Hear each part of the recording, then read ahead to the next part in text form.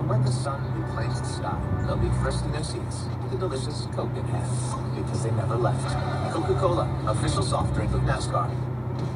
In order to maximize a vehicle's performance and efficiency, the proper adjustments need to be made based on the road ahead. That's true for both race car drivers on the track and for truck drivers hauling freight on the highway.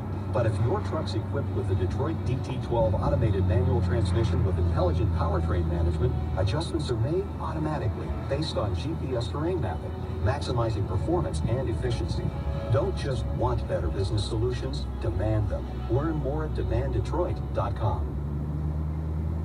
Of course, stage racing will be in play here this afternoon. Stage 1 will end at lap 130, Stage 2 to end at lap 260, and the final stage of the race concludes with the drop of the checkered flag scheduled for a 500-lap total distance. From Martinsville Speedway, this is the Motor Racing Network, the voice of NASCAR.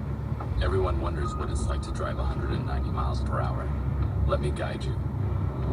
Your foot matches your rubber sole into the floor. The vibrations feel like a jackhammer. The engine's heat boils. Hands grip the wheel. The shifter shakes as you drop it into fourth. Your pulse quickens, heart thumps, breath shortens, sweat dripping from every pore, and it only lasts for 4 hours. Ready, set, race. NASCAR. This is what it's like to be inside a NASCAR race car during a race. Yeah, give him a little bit of break. I got him, got him. Burn down, bud, burn down.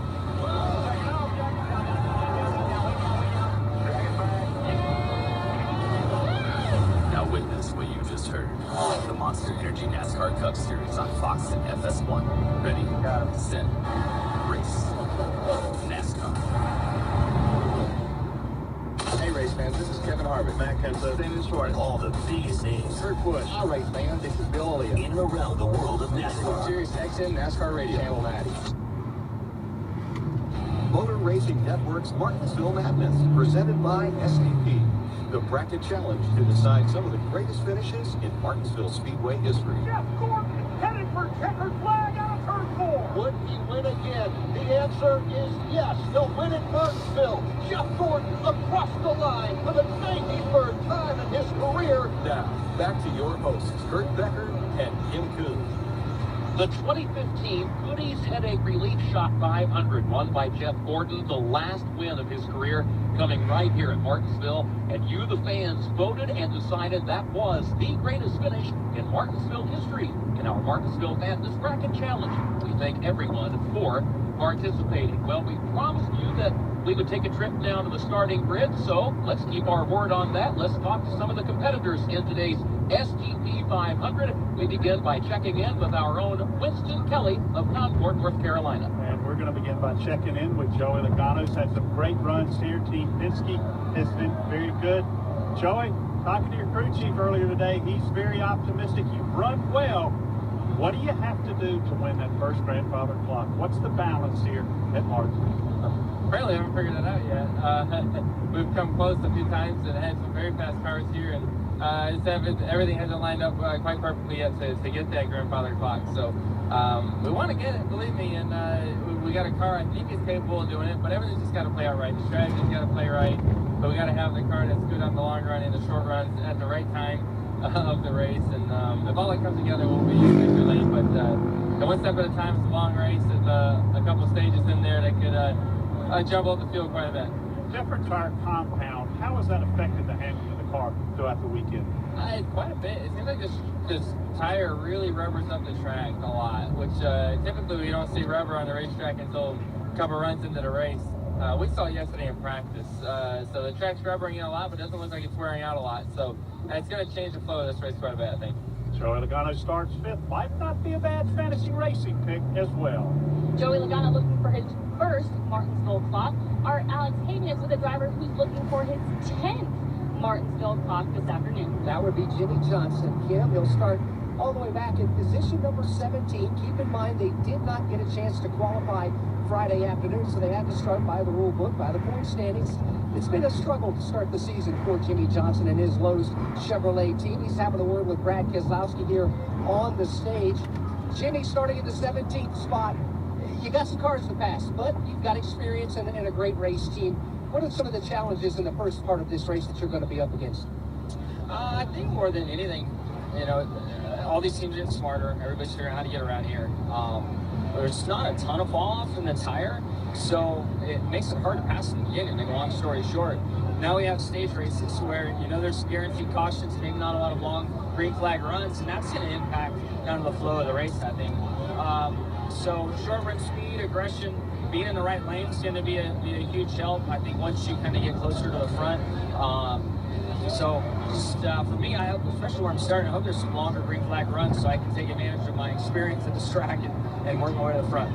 Guys, please quit asking him when this Giant's going to wake up. We don't want to wake the Giants. That's Clint Boyer, by the way. The sleeping Giants. Hi, Cash. How do you respond to that? I mean, he's referring to the slow start you and this team have had here this season. We mentioned you guys are starting back in the 17th spot. What is it? I mean, you don't want your competition to be saying things like that to you at the stage. So how difficult is it to manage that pressure of not having the start you wanted? There's no outside pressure, and I think what he's talking into more than anything, it's ridiculous for people to count us out or think that we don't have the ability to win or can win. So I think he's having more fun with it than anything. I've made a lot of mistakes this year, trying too hard. I'd say we've had one race where our performance was maybe top 15. The rest have all been top 5 performances, just don't have the results to show for it. So today's a big day to clean it up for the low Chevy and get it back where it belongs. That's Jimmy Johnson. He'll start today in the 17th spot. Clint Boyer is just an absolute character. Jimmy, ready to race, trying to get grandfather clock number 10, and believe me, we don't count him out. But we will have more on Jimmy's early season struggles coming up a little bit later on. Well, a former winner at Martinsville who's off to a good start in 2017 is standing by right now with our Steve Post in Halstead, Pennsylvania. Very good start for Ryan Newman to the season. We just had Tim Kuhn talk with Richard Childress and what that win meant a few weeks ago. And Ryan, that win was a few weeks ago. Here we are at Martinsville. You've won here before. How is the race car as you get ready to go 500 laps around this tight racetrack? It feels okay. We needed to make some changes to make it better in the long run. Hopefully we've done that. Just look forward to it, man. I think every driver here enjoys coming here, and there's only one guy that's happy he was here at the end of the day. So hopefully we're that guy. Feel like we've got a good Chevrolet, and we'll just keep digging. Yeah, Chevrolet. I like that. Hey, this racetrack, you're going to get run into. You may run into somebody else. How do you manage the aggressive, the patience, and dealing with 500 laps around this track, knowing that it's a rough and tumble day? Well, you used to have to call a lot of people on Monday night. You can just text them Sunday night and be done with it. Indeed. That's Ryan Newman. He mentioned that Chevrolet. That is a beautiful race car. Black race car with a gold and silver Chevrolet emblem on it. Noticed it earlier this week. Looks really good. Ryan Newman will start in position number 11. Winston Kelly. The man who got his first grandfather clock last year, Kyle Busch. He's going to roll off this afternoon in the 10th position. Actually, he got 2 grandfather clocks when we were here last spring. And listening in the garage area, I heard probably a half a dozen different numbers that came up. But I didn't talk to anybody that didn't bring up the 18. How do you feel about that this afternoon in your race car? I feel pretty good about it. Our M&M's Camry's been stout since we've been here, and it's only gotten better. So we worked on it an awful lot in order to make it better as well, to get it to the point where we feel like it can be a contender today and one that could win this race. So we'd love to be able to do what we did here last year and have a good show and be able to put that M&M's car in victory lane and see what we can do. Predictions for the race fans. How is the stage racing going to change things here today at Martinsville? I have no idea. I don't necessarily want to predict anything. I don't think it's going to change it a whole lot, but we saw yesterday with stage 2 in the truck race, caution came out just before it, the pits were open. The back half of the field pitted, and then the segment ended under yellow, and then the front half of the field pitted, so they flip-flopped, so that was kind of unique and a little confusing, I'd say, but you definitely got to be mindful of that if you come to an end of a segment under yellow. Trying to get grandfather clock number 3, second in the Monster Energy NASCAR Cup Series. Kyle Busch rolls off 10. Back to Alex Tate, who's the driver who will start